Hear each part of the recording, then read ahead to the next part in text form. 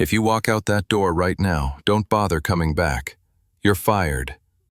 Do you hear me? Fired.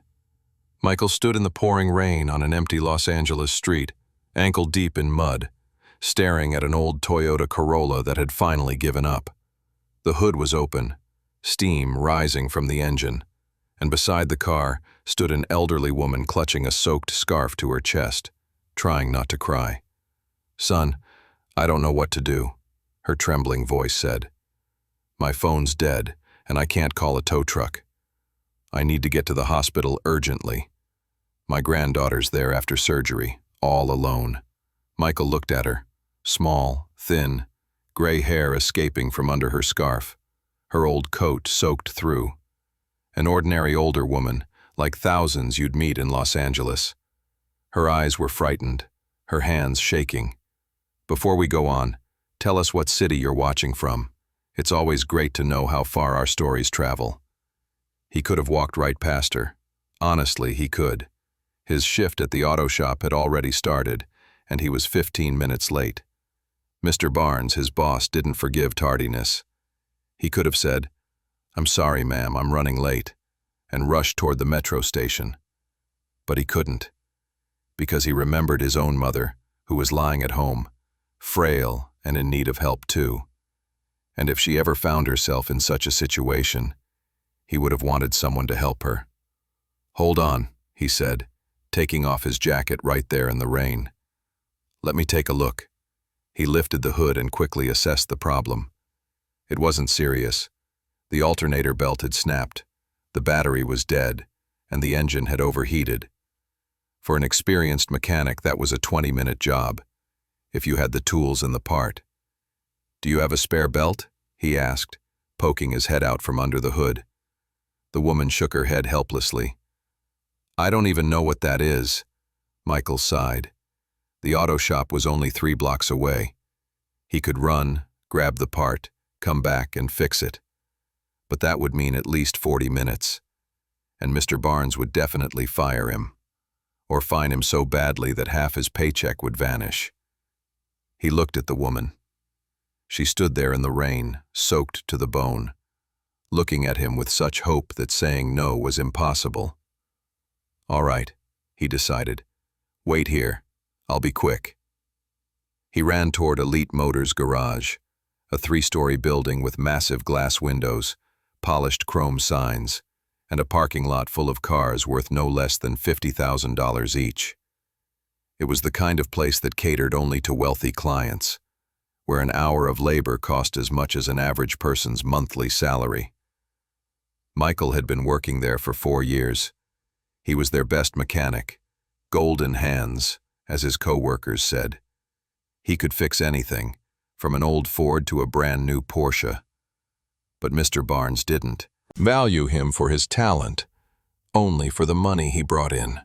Clients specifically booked appointments with Michael because they knew he'd do the job right. He burst into the garage, soaked, muddy, out of breath. "Where the hell have you been?" barked Mr. Barnes, stepping out of his office. A man in his mid-50s, overweight, slick face, perpetually dissatisfied expression. Expensive suit, gold watch, heavy cologne. Everything about him screamed, "I'm rich, I'm successful, I'm better than you." "I'm sorry, Mr. Barnes, I can explain," Michael started, heading toward the parts shelf. "There's an elderly lady outside. Her car broke down. She needs to get to—" "Stop!" The boss's hand clamped down on his shoulder like a vice. "Where do you think you're going? You've got a client in 10 minutes, a 7 Series BMW. The appointment's at 9 sharp. "I'll be quick." Michael tried to pull away. 20 minutes tops. I'll make it. You're not going anywhere." Mr. Barnes's voice boomed so loud that the other mechanics froze and turned to watch. "You work here. I pay you, and you'll do what I say, not run around helping random beggars." "She's not a beggar. She's an old woman, and her—" "I don't care," the boss interrupted, his face turning red. "My clients pay huge money for service, and I won't let some good Samaritan ruin the reputation of my business." Michael clenched his fists. He understood perfectly. For Mr. Barnes, people fell into two categories, those who paid and everyone else. The first mattered. The second were dirt under his shoes. But that woman, standing there in the rain, trembling, with her granddaughter in the hospital. "Mr. Barnes, give me 30 minutes. Michael pleaded quietly. "I'll make up the time. I'll stay late after my shift if I have to. But I can't just leave her there." His boss narrowed his eyes. There was something dangerous in his look. "Michael, you don't hear me," he said slowly, enunciating every word. "That's not a request. That's an order. You stay here and do your job. Period." Silence filled the room. The other mechanics pretended to work, but everyone was listening. Michael could feel dozens of eyes fixed on his back. He could obey. He should obey. His mother was at home, needing expensive medication. He was paying off his apartment loan. He had child support for his daughter. Losing this job meant losing everything. But all he could see was that woman standing in the rain. And Michael made his choice. "I'm sorry," he said softly but firmly, "but I can't." He turned, grabbed the needed belt from the shelf, and headed for the door. "Michael!" Mr. Barnes's voice cracked like a gunshot. "If you walk out that door right now, don't even think about coming back. You're fired. Do you hear me? Fired!" Michael stopped for a second, his hand on the door handle. One last chance to turn back, to apologize, to keep his job. He pushed the door open and stepped out into the rain. The door slammed shut behind him, and with it, his old life. Michael ran back toward that same street, clutching the alternator belt in his hand. The rain poured down his face so hard he could no longer tell if it was water or tears. What had he done? He'd just thrown away 4 years of work, a steady paycheck, his only source of income. For what? For a stranger with an old Toyota Corolla? But when he reached the spot and saw the woman still there, drenched to the skin but patiently waiting, something inside him calmed. He'd made the right choice, even if it had cost him everything. "You came back," she whispered with such relief that Michael felt a lump rise in his throat. "I thought you wouldn't." "I promised," he smiled faintly, though his heart was heavy. "I'll fix it quickly." He ducked under the hood and worked fast, professionally, automatically. His hands knew what to do while his mind raced ahead. What would he tell his mother tomorrow? How would he pay the rent? Where would he find money for her medicine? 25 minutes later, the engine started. It rattled unevenly but ran. "Drive carefully," Michael said, closing the hood, "and replace that belt as soon as you can. This one won't last long." The woman reached into her purse. "How much do I owe you, son?" "I don't have much, but—" "Nothing," he interrupted. "Just go see your granddaughter, and tell her I wish her a quick recovery." Tears streamed down the woman's wrinkled face. "Thank you," she whispered. "Thank you. What's your name?" "Michael. Michael," she repeated, as if committing it to memory. "God bless you, son. You're a kind man. There aren't many like you left." She got into her car and drove away, leaving Michael standing in the middle of the empty street, rain pounding down. He looked at his hands, greasy, trembling from cold and nerves. Unemployed, 32 years old, with a sick mother and a pile of debt. He was out of work, because he couldn't just walk away. Michael slowly made his way home. Los Angeles greeted him with gray skies, cold wind, and indifferent faces rushing by. A city of millions, each lost in their own problems. No one cared that someone's world had just collapsed. He got home an hour later.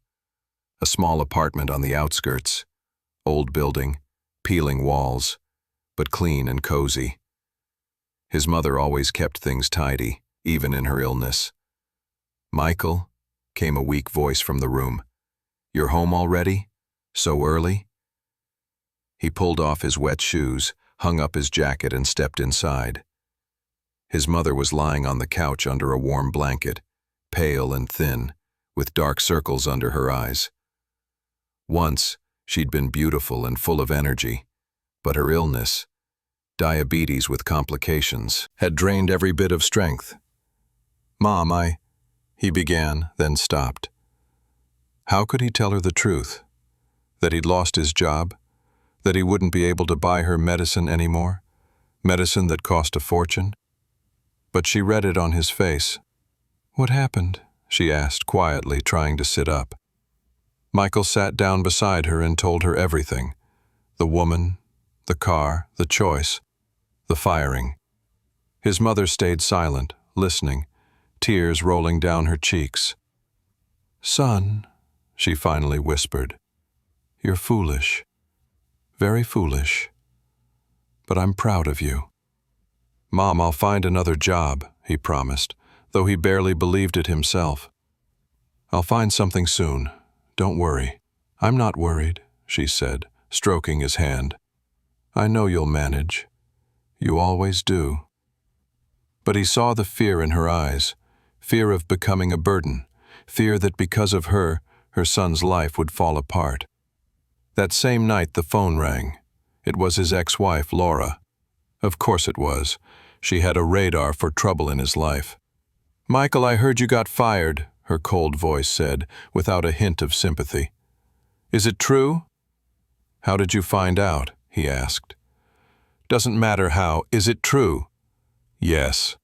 "Great," she said sarcastically. "Just wonderful. And how do you plan on paying child support now?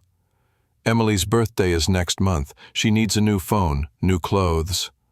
"Laura, I'll find a job." "When?" Laura's voice rose to a scream.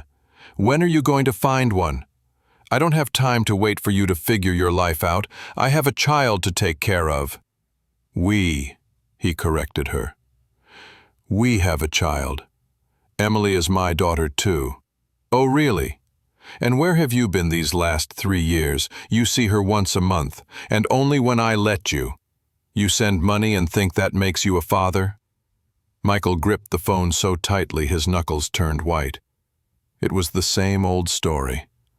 Laura had left him when Emily was 11 for a more successful man, the owner of a small chain of stores. He gave her the glamorous life she'd always dreamed of: restaurants, trips, designer clothes. And Michael was left with debts, a sick mother, and rare visits with a daughter who felt more distant each time. "I love Emily," he said quietly, "and I'll do everything I can to make sure she has everything she needs." "Then get a real job," Laura snapped. "Fast. Because if there's no money for a new phone next month, I'll take you to court. Either to raise the child support or to strip you of your parental rights for non-payment. Got it?" She hung up without saying goodbye. Michael sat in the dark, phone in hand, feeling the walls closing in on him. No job, debts, a sick mother, a daughter drifting away. Maybe Mr. Barnes had been right. Maybe he should have just looked out for himself instead of helping some stranger in the rain. But even now, in his lowest moment, he didn't regret what he'd done. Because if he stopped helping people, if he became like his former boss, what would be left of him? 3 days passed, 3 days of pure hell. Michael called every auto shop in Los Angeles, from luxury centers to small garages. The result was always the same: no openings, or offers to pay him half of what he'd earned before. And then, on the 3rd day, something completely unexpected happened. There was a knock on the door. Michael opened it and saw a man in his 40s, dressed in a sharp suit and expensive shoes. "Michael?" the man asked politely. "Yes, that's me. And you are?" "My name's Daniel. I'm Mrs. Carter's assistant. May I come in? We need to talk." Michael, puzzled, stepped aside to let him in. Daniel glanced around, walked into the room, and sat on the chair Michael offered him. "Michael, do you remember helping an elderly woman fix her car 3 days ago?" he began. "Of course," Michael nodded. "Why?" "That woman is Mrs. Carter, and she wants to see you." "Why?" Michael asked, confused. Daniel smiled mysteriously. "Come to the office at this address tomorrow at 10 a.m., he said, handing him a business card. "You'll find out then. Believe me, you won't regret it." He stood up and headed for the door, while Michael stood frozen, the card in his hand, not understanding what was happening. "Wait!" he called after him. "Who exactly is Mrs. Carter?" Daniel turned at the doorway, a hint of respect in his eyes. "You'll find out tomorrow. Don't be late." When the door closed behind him, Michael finally looked down at the card and froze. It was the address of the main office of Premier Auto Group, the largest car dealership network in the United States. An empire that controlled nearly half of the country's automotive market. Michael couldn't sleep that night. He lay in the dark, staring at the ceiling, turning the card over and over in his hand. Premier Auto Group, a legend in the American auto industry. Dozens of dealerships across the country, exclusive contracts with European manufacturers, and service centers where cars worth over $100,000 were serviced. But what could they possibly want from him? Maybe the woman wanted to thank him, give him money for the repair? But why call him to the main office instead of just sending it through her assistant? His mother woke up early, as usual, and saw her son sitting in the kitchen, still holding the card. "You didn't sleep at all, did you?" she asked worriedly. "Couldn't, Mom," he admitted. "I have a meeting with that woman I helped." He told her about Daniel's visit, the address, everything. She listened, her eyes widening. "Oh my God," she whispered. "Michael, what if it's fate? What if she offers you a job?" "Mom, don't get carried away," he tried to calm her down, though deep inside he was hoping for the same. "I don't know what she wants. But you'll go? Of course. I've got nothing to lose." In the morning, he put on his only decent suit, the same one he'd worn to interviews 4 years ago. A bit worn, but still presentable. He shaved, combed his hair, looked at himself in the mirror. An ordinary face, an ordinary guy, nothing special. What could a woman like her possibly see in him? The Premier Auto Group headquarters was located in downtown Los Angeles, inside one of the city's most prestigious business towers. A sleek, glass and concrete skyscraper gleaming in the sunlight. Uniformed security guards stood at the entrance, and the parking lot was packed with luxury cars. Everything about the place screamed, "Big money moves here."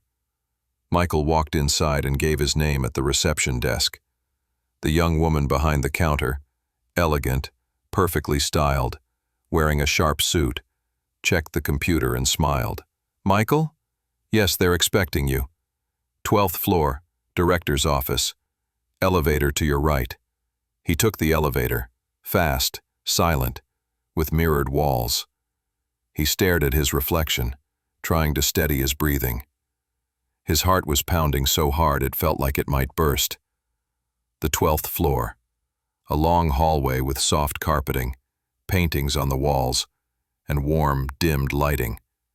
At the end stood a large dark wood door with a nameplate that read, "Mrs. Carter, Chief Executive Officer." Michael knocked. His heart was in his throat. "Come in," came a familiar voice. He pushed the door open and stepped inside. The office was enormous. Panoramic windows overlooking Los Angeles. A massive mahogany desk, leather chairs, and tall bookshelves that reached the ceiling. And behind that desk sat the same elderly woman he had met in the rain. Only now, she looked entirely different. A sharp business suit, her gray hair neatly styled, a thin gold chain around her neck, and a watch on her wrist that probably cost 3 of his old salaries. But most striking were her eyes. Intelligent, piercing, commanding, the eyes of someone used to making decisions and leading people.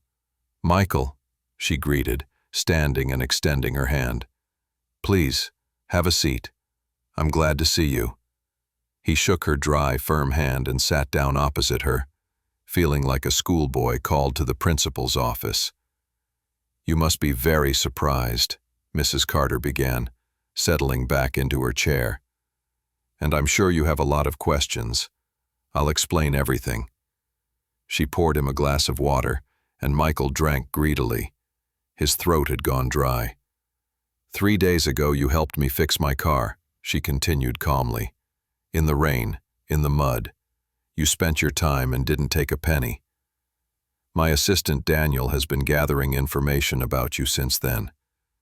And do you know what he found out?" Michael stayed silent, unsure how to respond. "That you were fired," Mrs. Carter said. "Fired for helping me. Your boss, Mr. Barnes, threw you out because you chose kindness over money." "How do you know all this?" Michael finally asked. She smiled, warmly, almost like a grandmother. "I have connections, and when I wanted to find out who the young man was who helped me, I got a full report. About your job, your mother, your daughter, your debts. Everything." Michael flushed, uneasy at the thought of a stranger knowing so much about his life. "Why did you ask to see me?" he asked, directly. Mrs. Carter leaned back and studied him. "Michael, I've been in business for 50 years. I've seen everything. Honest people and scoundrels. But in recent years, I've been surrounded only by the latter. People who smile to your face and stab you in the back for profit. People for whom money is the only god." She stood and walked to the window, looking out over the city. "3 years ago, I lost my son." Her voice wavered slightly. "My only child, David. He was 42. He died in a car accident." Michael froze. He didn't know what to say. A simple, "I'm sorry," felt so small, so inadequate. "The cause was faulty repairs," Mrs. Carter continued, pain seeping into her tone. "He'd taken his car to a shop. They told him everything was fine. A week later, the brakes failed on the freeway. At 75 miles per hour, he hit the guardrail. He died instantly." Michael felt his chest tighten. Now he understood why she had driven that old Toyota Corolla, why she'd tested people. After his death, Mrs. Carter turned to face him, her eyes glistening. "I made myself a promise. I would find an honest person, someone I could trust with my life's work. I'm 68 now, and I need someone who can continue what I've built, someone who won't betray, lie, or steal." She stepped closer and sat on the edge of the desk, looking him straight in the eye. "For the last 2 years, I've been driving that old car on purpose, breaking it down in different parts of Los Angeles, asking mechanics and passers-by for help. And do you know what I found?" Michael shook his head. "Indifference, greed, rudeness. One mechanic tried to overcharge me 5 times the real price. Another tried to sell me fake repairs. A third just waved me off, said, 'Call a tow truck, I'm busy.' But you," she smiled, "you didn't take a dime. You gave up your job to help me, even though you clearly needed the money yourself." Michael sat quietly, taking it all in. "I want to offer you a job," Mrs. Carter said, "as the manager of my new flagship service center, the largest and most advanced in the United States. It opens in 2 months. Your salary will be triple what you earned under Mr. Barnes, plus a percentage of the profits, full benefits, health insurance for you and your mother, and a company car." Michael felt like he couldn't breathe. This was unreal, too good to be true. "Why me?" he exhaled. "You barely know me. I could be anyone." "I know everything I need to know," Mrs. Carter interrupted. "You're honest. You're kind. You sacrifice yourself for others. Those qualities are rare, and exactly what I've been looking for." She handed him a folder filled with documents.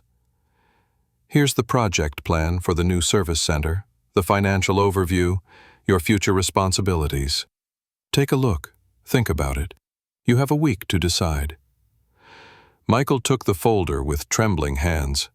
Deep down he was celebrating, shouting, rejoicing. This was it, the chance of a lifetime. "I don't need a week," he said without hesitation. "I accept, right now." Mrs. Carter laughed, warmly, genuinely. "That's what I like to hear, decisiveness. But still, read the documents, talk it over with your family. I'll call you in 3 days." Michael left the office in a daze. He took the elevator down, walked through the lobby, and stepped outside. Only then did it hit him what had just happened. He'd gotten his dream job, just like that. For being a decent human being. Standing on the sidewalk, holding the folder in his hands, he couldn't believe it was real. People hurried by, cars drove past. The city kept on living its ordinary life, and yet his world had just completely changed. He pulled out his phone and called his mother. His hands were shaking so much he could barely dial the number. "Mom," he breathed when she answered. "You won't believe this." And he told her everything. The office, Mrs. Carter, her son, the job offer. He spoke quickly, stumbling over his words, overwhelmed with emotion. There was silence on the other end. Then he heard soft sobbing. "Mom, are you crying?" "I'm just so happy for you, son," she whispered through tears. "So happy. You see, I told you, kindness always comes back. It always does." Michael felt a lump rising in his throat. He hadn't cried in years. Men don't cry. That's what he'd been taught. But now, standing on a busy Los Angeles street, he didn't care. These were tears of relief, joy, and hope. That evening, he opened the folder and started reading. What he saw exceeded every expectation. The new Premier Auto Group Service Center was set to become the largest in the country. 5 floors, 30 repair bays, state-of-the-art German equipment, and a team of 50 specialists. The project budget was about $3 million, and he was the one chosen to manage it. Michael, an ordinary mechanic who, just a week ago, had been fixing cars in a grimy garage for pennies. Salary, $15,000 a month. He read that line 3 times, hardly believing it. That was more than he used to earn in 6 months, plus a percentage of the profits, plus a full benefits package. Everything, from health insurance to paid phone service. Plus a company car, a brand new Toyota Camry. Michael leaned back in his chair and closed his eyes. It felt like a dream, a good, impossible dream he was afraid to wake up from. But there were also serious responsibilities ahead. He'd have to assemble a team, organize operations, build efficient systems, and ensure top-quality service. Mrs. Carter was trusting him with her life's work, and he couldn't let her down. The next day, he went to the clinic to visit his mother, who had a doctor's appointment. They sat in the waiting area, and Michael talked about the project, his plans, their future. "Mom, now we'll be able to buy all the medicine you need," he said with excitement. "A private doctor, the best clinic, everything. You're going to get better, I promise." His mother smiled through tears, stroking his hand. "I'm already happy, son. Just seeing you like this, your eyes shining like they did when you were a kid, dreaming of being a mechanic." At that moment, a tall, elegant woman in a fur coat appeared in the hallway, wearing a look of annoyance. Laura, his ex-wife. Michael tensed. She spotted him and her face twisted into a scornful smirk. "Well, well," she said mockingly as she approached. "Look who it is, my unemployed ex-husband. What, saving money by going to the free clinic?" "Laura, please," his mother said softly. But Laura didn't even glance at her. "Michael, I have news for you," Laura continued, crossing her arms. "I filed a lawsuit. to increase the child support. I'm done waiting for you to get your act together and start supporting your daughter properly. I've found a job, Michael replied calmly. Laura scoffed. Really? Where? Some rundown garage that pays pocket change? As the manager of Premier Auto Group's new service center, he said evenly. $15,000 a month, plus bonuses. Laura froze. Her mouth opened slightly, her eyes widening. She clearly hadn't expected that. You're lying, she finally stammered. I'm not lying, Michael said, pulling Mrs. Carter's business card from his pocket and handing it to Laura. Here, you can call and check. Laura took the card, glanced at it, and her face went pale. She knew exactly who Mrs. Carter was. Everyone in the business world did. How did you, she began, but couldn't finish. I just helped someone, for free, without expecting anything in return. And life paid me back. He stood up and helped his mother to her feet. Emily will have everything she needs, he told Laura, and more. Because I love my daughter. But I won't be speaking to you more than necessary. Any issues, talk to my lawyer. They left, leaving Laura standing in the hallway, still holding the business card, her face frozen in shock. In the elevator, Helen squeezed her son's hand. I'm proud of you, she whispered. Not for the money, for staying true to yourself. A week passed. Mrs. Carter called, just as she'd promised. Michael, did you read the documents? Yes, several times. And what's your decision? I'm ready to start tomorrow. She laughed. Excellent. Then come to the office Monday morning. We'll handle the paperwork and introduce you to the team. Welcome to Premier Auto Group, Michael. Monday came faster than he expected. He woke before dawn, even though the alarm was set for 7. He couldn't sleep. Too many thoughts, too much excitement. He put on his new suit, dark blue, the one he'd bought with his last savings to look the part. He shaved, combed his hair, looked in the mirror. The same man stared back, but something had changed. There was confidence in his eyes now, something that hadn't been there before. His mother walked him to the door, straightened his collar the way she used to when he was a little boy heading off to school. Good luck, son, she said, kissing his cheek. You can do this. I believe in you. He arrived at Premier Auto Group's headquarters half an hour early. Better early than late. That's how he'd been taught. The security guard at the entrance already knew who he was and waved him through without a word. 12th floor, Mrs. Carter's office, the guard reminded him politely. On the 12th floor, Daniel was waiting. He greeted Michael with a firm handshake and a smile. Michael, great to see you.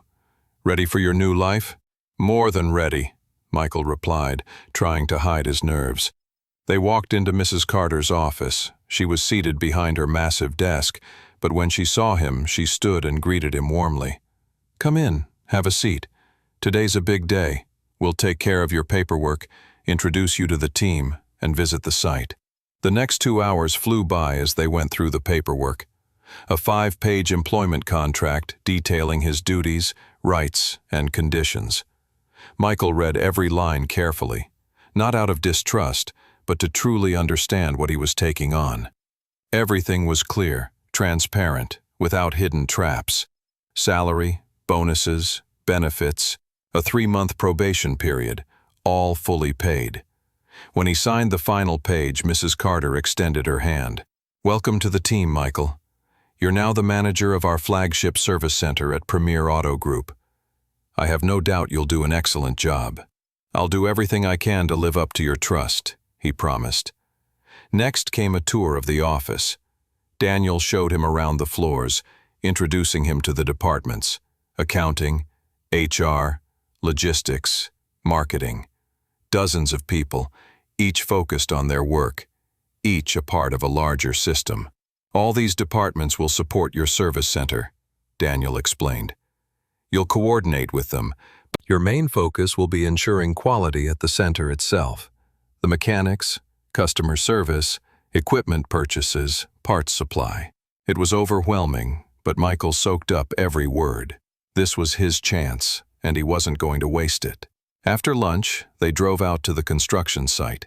The new service center was being built on the outskirts of Los Angeles, in a high-end industrial area, right off the freeway, with convenient access and a large parking lot. The building was nearly complete, 5 floors of glass and concrete, modern and stylish. Inside, workers were still finishing up, the air filled with the smell of paint and new materials. In 2 months, this will be the best service center in the country, Daniel said proudly, gazing at the structure. And you'll be the one running it. Michael stood there, looking up at the massive building, his service center, his responsibility, his future. The next day, work began. Mrs. Carter gave him his own office on the 11th floor, spacious, bright, overlooking the city. A computer, a phone, everything he could possibly need. The first task was to build a team, 30 mechanics, 10 service advisors, 5 administrators, plus security and maintenance staff. About 60 people in total. Michael started with the mechanics. That was his area. He understood the trade from the inside. He knew what mattered most. Not just the ability to turn a wrench, but responsibility, honesty, and attention to detail. He posted job openings, and resumes poured in by the hundreds. People wanted to work for Premier Auto Group. It was prestigious, well-paid, and came with full benefits. Michael personally interviewed every candidate. He sat across from each one, asked questions, looked them in the eyes, trying to see whether the person was honest or the type who'd cheat customers, inflate prices, or cut corners. Some he rejected right away, by their tone, their attitude, or the way they answered tough questions. Others advanced to a practical test, where they had to actually repair something. After 3 weeks, he had built a solid core team, 25 mechanics, reliable, proven, with eyes that burned with purpose. People who loved their work and wanted to do it right. But not everything went smoothly. One evening, while Michael was staying late in his office going through another pile of resumes, a man in his mid-30s walked in, tall, well-groomed, wearing an expensive suit and an arrogant expression. "You're Michael?" the man asked without greeting him. "Yes, that's me." "And you are?" "Andrew, Mrs. Carter's nephew."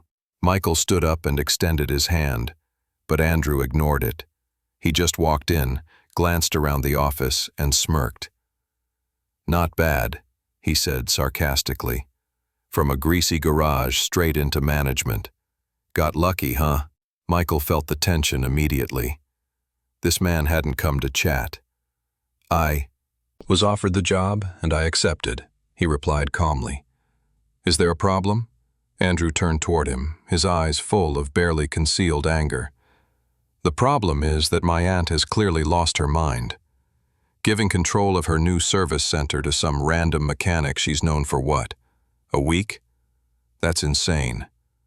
"Your aunt made her decision," Michael said, keeping his composure. "And I intend to prove she made the right one." "Her trust?" Andrew sneered. "Do you even understand the kind of money involved here? Millions of dollars. And she's trusting you. Some guy off the street?" "If you came here to insult me, you can leave," Michael said firmly.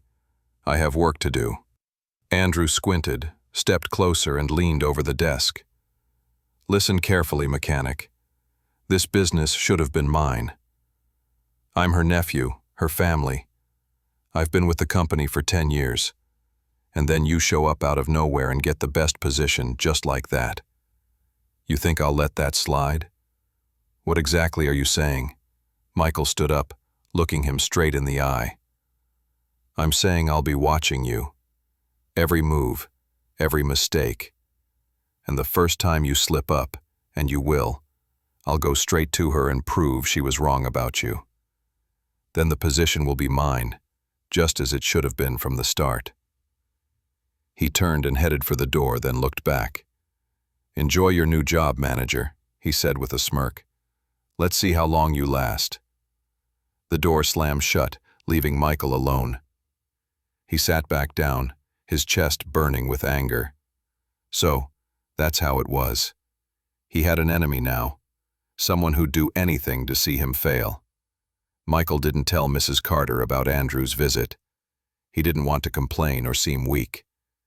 He decided to handle it himself, to prove through action that he deserved the position.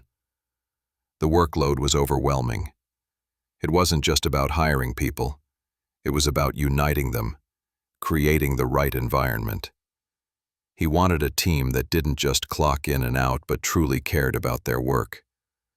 Michael held meetings with his staff, explaining his vision for the service center. "We're not going to cheat customers," he said firmly. "We're not going to upsell unnecessary repairs or inflate prices. Our reputation is everything. One satisfied customer will tell 2 people. One unhappy one will tell 10. Remember that." The mechanics listened attentively. Some looked surprised. Such principles were rare in an industry where cheating customers was often considered normal. "What if a client asks us to fake something?" asked one of the mechanics, Peter, a seasoned man in his 40s. "Happens sometimes. They want to show their boss or their wife that the car's got a big issue so they can get more money out of them." "What then?" "Refuse," Michael answered without hesitation. "We don't take part in lies." "Not ever, under any circumstances." "But there's money in that," another mechanic muttered. "In dishonesty?" Michael shot back sharply. "No, I get that a lot of shops do things that way. But we'll be different. We'll be honest. And if anyone here isn't comfortable with that, you're free to leave right now. No hard feelings. No one left. On the contrary, there was respect in their eyes now. They saw that their new manager wasn't just talking, he actually believed in what he said. Alongside the hiring, Michael was also working with suppliers. He needed to establish the delivery of spare parts, materials, and tools. He personally attended every negotiation, pushed for the best terms, and checked product quality himself. One day he visited a warehouse belonging to one of the largest auto parts suppliers. He met with the director, a man in his 50s, overweight, with slick hair and shifty eyes. "So, you're the new manager working under Mrs. Carter, huh?" the man asked, looking Michael up and down.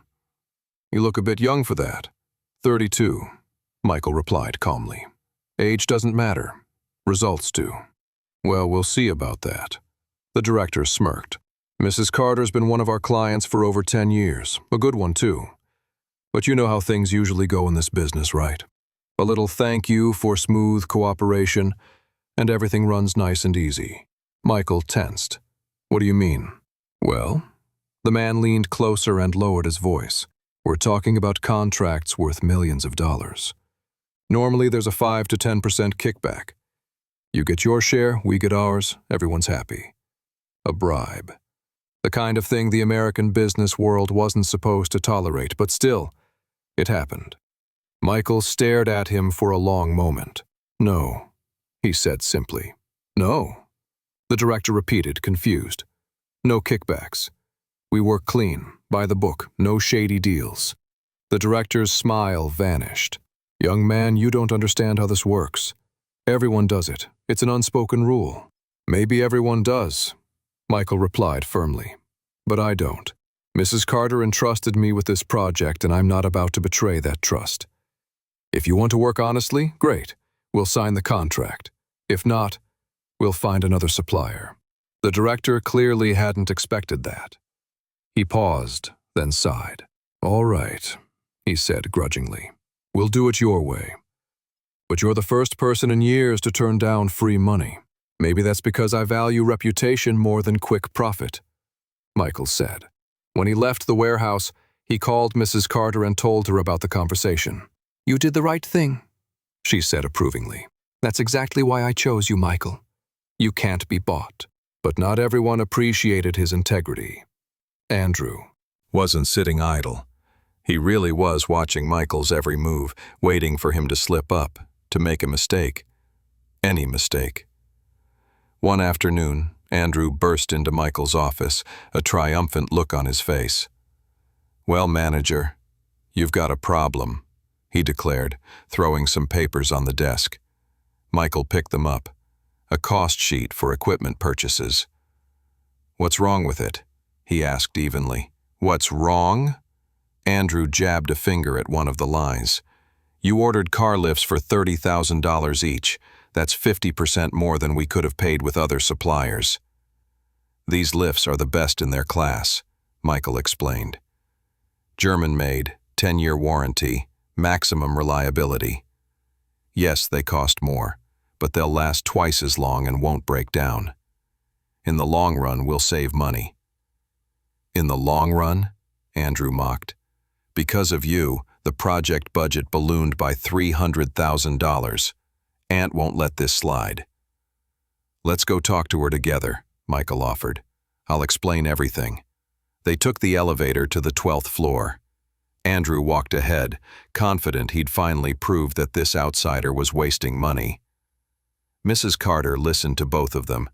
She examined the budget carefully, asked Michael a few questions about the choice of equipment. "Michael's right," she said finally. "High-quality equipment is an investment. We're building a service center for decades, not a couple of years. Better to pay more now than to waste money on repairs later." Andrew's expression soured. "But Aunt—" "Andrew, I've made my decision," Mrs. Carter interrupted sharply. "And I'm not changing it. You have your own job in the company. Focus on that, and stop meddling where you don't belong." Andrew stormed out, slamming the door. "I'm sorry about him," Mrs. Carter said tiredly. "He's always assumed everything would one day be his. What he doesn't understand is that business isn't about blood. It's about professionalism, honesty, and responsibility." "I'll handle him," Michael assured her. "I know you will," she smiled. "That's why I chose you." Time flew. Construction was nearly finished, the team was in place, and the equipment had been delivered and installed. The service center was finally becoming a reality, transforming from blueprints on paper into a living, working enterprise. Michael spent 12 hours a day on site, overseeing every detail, from the installation of lifts to the placement of tools. He trained the staff, held workshops, and explained service standards personally. The mechanics respected him. He wasn't the kind of manager who just gave orders from behind a desk.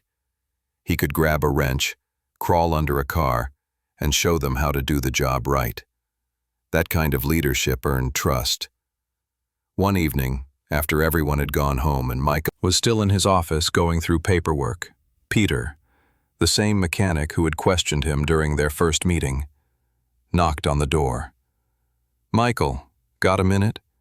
"Sure, come in," Michael said, setting the papers aside. Peter sat down across from him, hesitated for a moment, then spoke. "I just wanted to say thank you," he began, "for hiring me.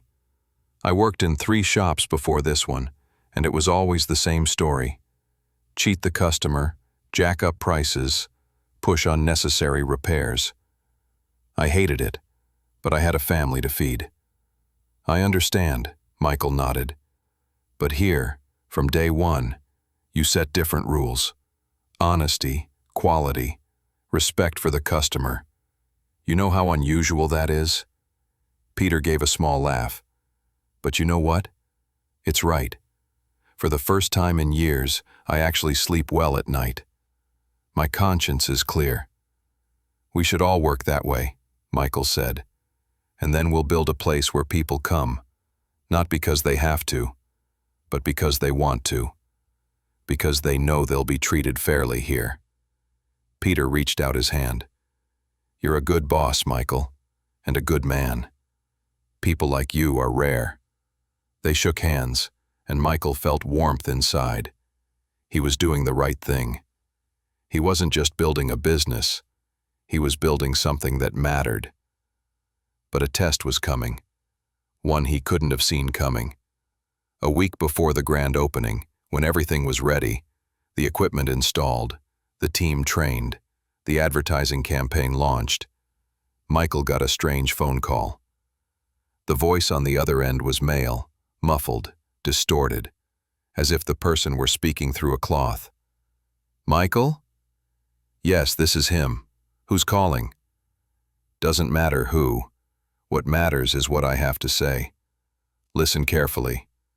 Tomorrow you'll get a visit from the fire inspection department. They'll find violations, serious ones. Your center won't open." Michael's heart sank. "What violations?" "Everything's up to code. All our permits are in order." "They'll find something," the voice repeated. "Unless, of course, you'd like to prevent that." "What do you want?" $50,000, cash, and the inspection goes smoothly." "That's extortion." "Call it what you want. You've got 24 hours to think about it." The line went dead. Michael sat there, gripping his phone with trembling hands. A chill ran through him. $50,000, a huge amount, but more than that, it was wrong. It was a crime. He immediately called Mrs. Carter and told her everything. She listened silently. "That's Andrew's doing," she said finally, her voice calm but steely. "Only he could pull something like this. He's got connections in local offices, and probably in the fire department." "What should I do?" "Don't pay," she said firmly. "Not a single dollar. The inspectors will come tomorrow. Meet them. Everything is in order, everything's by the book, and if they try to fake a report, I have my own contacts. I won't let my nephew sabotage this project." The next day, right at 10 in the morning, a fire department vehicle pulled up to the service center. 3 men in uniform got out, stern faces, folders in hand. Michael greeted them at the entrance, polite but composed. "Morning, are you the inspectors?" "Routine check," said the senior inspector curtly. "Show us around." They spent 2 hours going through every floor. They checked emergency exits, fire extinguishers, alarms, electrical wiring. Michael walked with them, answering questions and providing documentation. It was obvious they were looking for something, nitpicking every minor detail, peering into every corner. But they found nothing. Michael had done everything by the book, hired the best contractors, inspected every component personally. Finally, the lead inspector conferred quietly with his colleagues and turned to Michael. "Well," he said reluctantly, "no violations found. The facility meets fire safety requirements." He handed Michael the inspection report, and Michael felt the weight lift from his chest. "Thank you," he said sincerely. When the inspectors left, he called Mrs. Carter. "It's all clear. They found nothing." "Well done," she said proudly. "I knew it. Honest work will always outlast dirty schemes." An hour later, Andrew showed up at Michael's office again, his face red with rage. "You think this is over?" he growled. "You think just because you dodged it once, that's it? I'll find a way to destroy you." "Andrew," Michael said calmly, "I don't understand why you hate me so much. I've never done anything to you." "You took my place!" Andrew shouted. "I was supposed to manage this center. I'm family. I've worked in this company for 10 years. "And what have you done in those 10 years? Michael asked. "What projects have you completed? What have you actually contributed to the company?" Andrew opened his mouth, but no words came out. "You've just been collecting a paycheck because you're her nephew," Michael continued firmly. "But Mrs. Carter isn't a fool. She knows who works hard and who just takes up space. She didn't choose me because I'm better than you by blood. She chose me because I'm ready to work, to take responsibility, and to stay honest." "Shut up!" Andrew shouted, stepping closer with clenched fists. "Don't," Michael warned him. "Don't stoop to that level. It won't change anything." Andrew stood there, breathing heavily, then turned and stormed out, slamming the door so hard the glass rattled.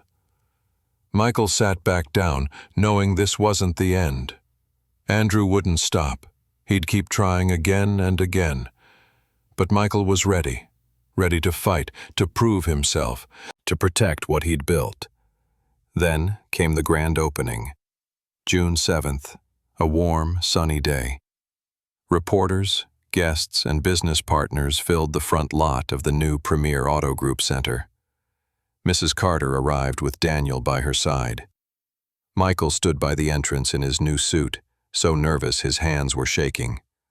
This was his moment, the culmination of everything he'd worked for over the past 2 months. Mrs. Carter stepped up to the microphone, prepared for the ceremony. "Dear friends," she began, her voice warm yet strong. "Today we're not just opening an auto service center. We're opening a place where people will be treated with respect, where their cars will be cared for as if they were their own. A place where honesty and professionalism aren't just words, but values we live by." She paused, scanning the crowd. And all of this became possible because of one man, Michael. A simple mechanic who, one rainy evening, helped an old lady without knowing who she was. He helped her simply because it was the right thing to do. And that one act changed his life. Because kindness, honesty, and humanity always find their way back. Applause filled the air. Michael felt his eyes sting. He wasn't used to this kind of attention, this kind of praise. "Michael," Mrs. Carter called, "come here." He walked up, and she handed him a symbolic key to the center. Large, decorative, with a red ribbon. "This is your project," she said, "your responsibility, and I believe you'll make it the best in the country." Michael took the key as the applause grew louder. Cameras flashed, journalists filmed, people cheered. Then the work began. The first customers arrived, the first cars, the first repairs. The mechanics worked with focus and pride. The receptionists greeted clients with smiles. Everything ran smoothly. By the end of the day, Michael sat in his office reading through customer feedback. All positive. Every single one. People thanked them for honesty, for quality, for genuine service.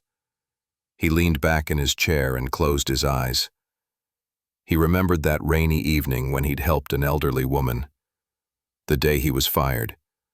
The long walk home through the storm, thinking his life had fallen apart. And now, he was here. Manager of the best service center in the city.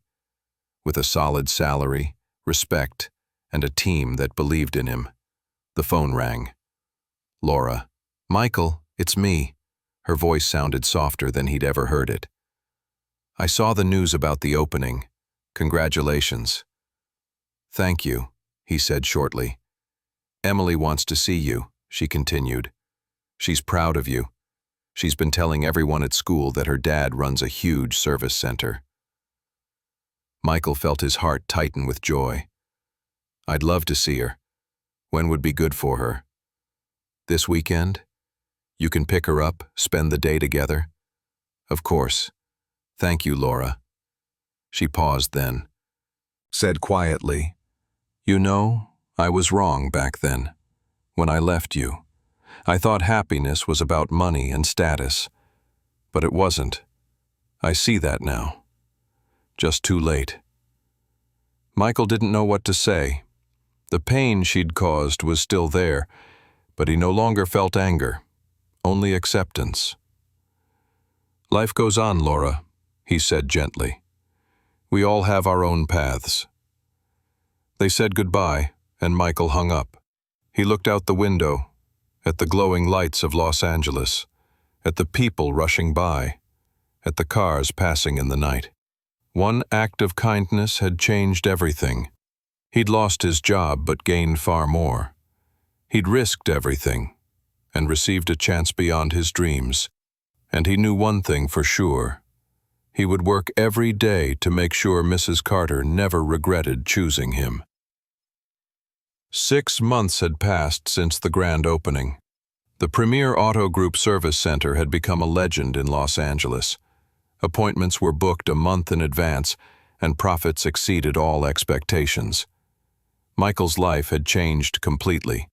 His mother received the best treatment, and her health improved. His daughter Emily now spent every weekend with him, and their relationship grew truly close. One day, Mrs. Carter invited him into her office. "There's something I need to tell you," she began seriously. "The auto shop where my son died because of a dishonest repair was called Elite Motors. The owner was Mr. Barnes." Michael froze. Everything inside him turned upside down. "When I learned you'd been fired from that same shop for helping me, I realized it wasn't a coincidence," she said, her voice trembling.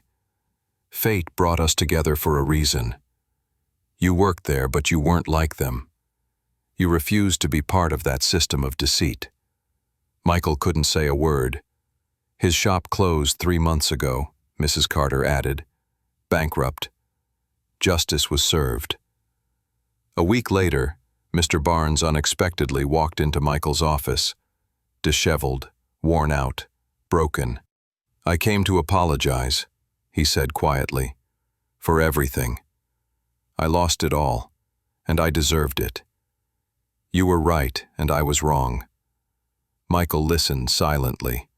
Then he said, "We have an opening for a mechanic. If you want to start over, come. But only honest work." Mr. Barnes froze, disbelief in his eyes, as tears rolled down his face. A year passed. Michael opened 2 more service centers. Mr. Barnes accepted his offer and worked as a mechanic, making amends. Andrew had finally humbled himself and asked Michael to teach him how to work with integrity. His mother fully recovered, and Mrs. Carter transferred the controlling share of the company to him.